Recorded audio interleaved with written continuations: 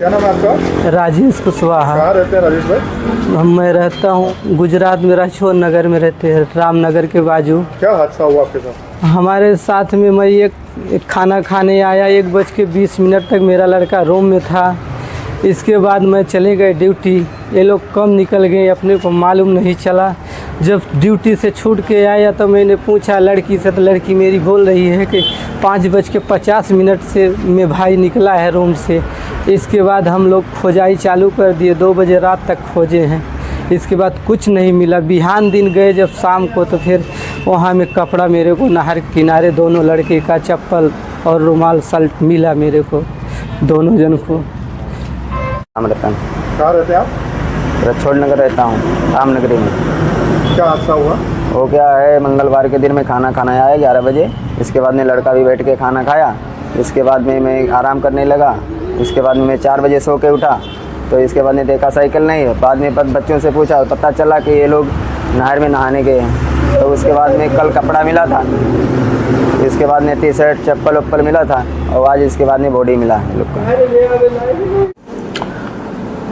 गई काले तारीख 1/5/24 रोज જે ફરિયાદી છે રાજેશ લક્ષ્મણભાઈ કુશવાહ એ એમના ફેમિલી સાથે પોલીસ સ્ટેશન આવેલ અને જણાવેલ કે એમનો દીકરો જેનું નામ છે કરણ રાજેશ, જેની ઉંમર છે 13 વર્ષ, એ અને એની સાથે બીજા એક અન્ય સત્યમ મિશ્રા જે 15 વર્ષનો હતો.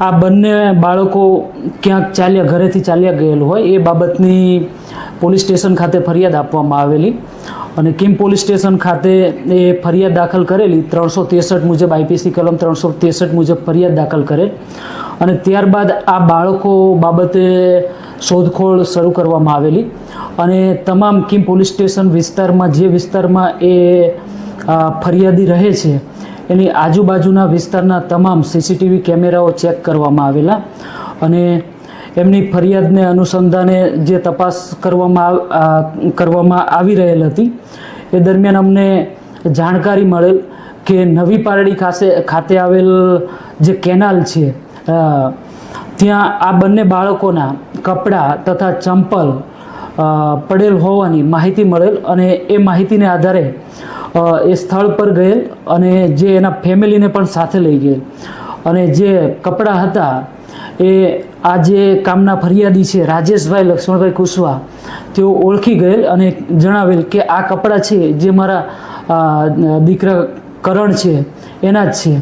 જેના આધારે અમને માહિતી એ બાબતની ખાતરી થયેલ કે આ બાળકો છે એ આ સ્થળ પર આવેલ આ કેનાલ છે અહીંયા નહાવા માટે આવેલ હોવાનું માહિતીને આધારે એ બાબતે અમે કેનાલને આજુબાજુના વિસ્તારોમાં તપાસ કરવામાં આવેલ અને આ બાબતે તપાસ કરેલ. પછી જે બીજે દિવસે છે, જે આજ રોજ અમને સવારમાં એવી માહિતી મળેલ એ એક બાળક છે કરણ છે અને બીજું સત્યમ છે, એઓની અલગ અલગ જગ્યાએથી કાછબ અને બીજી છે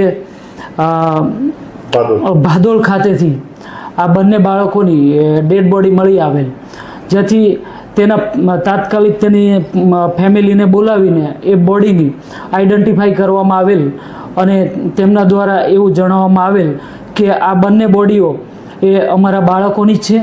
ત્યારબાદ બંને બોડીઓને કિમ ખાતે CHC ખાતે લાવવામાં આવેલ અને પોસ્ટમોર્ટમ કરીને ત્યારબાદ બંને બોડીઓ તેના વાલી વારસને સોંપી દેવામાં આવેલ છે અને આગળની તપાસ જે અમો દ્વારા કરવામાં આવી રહેલ છે.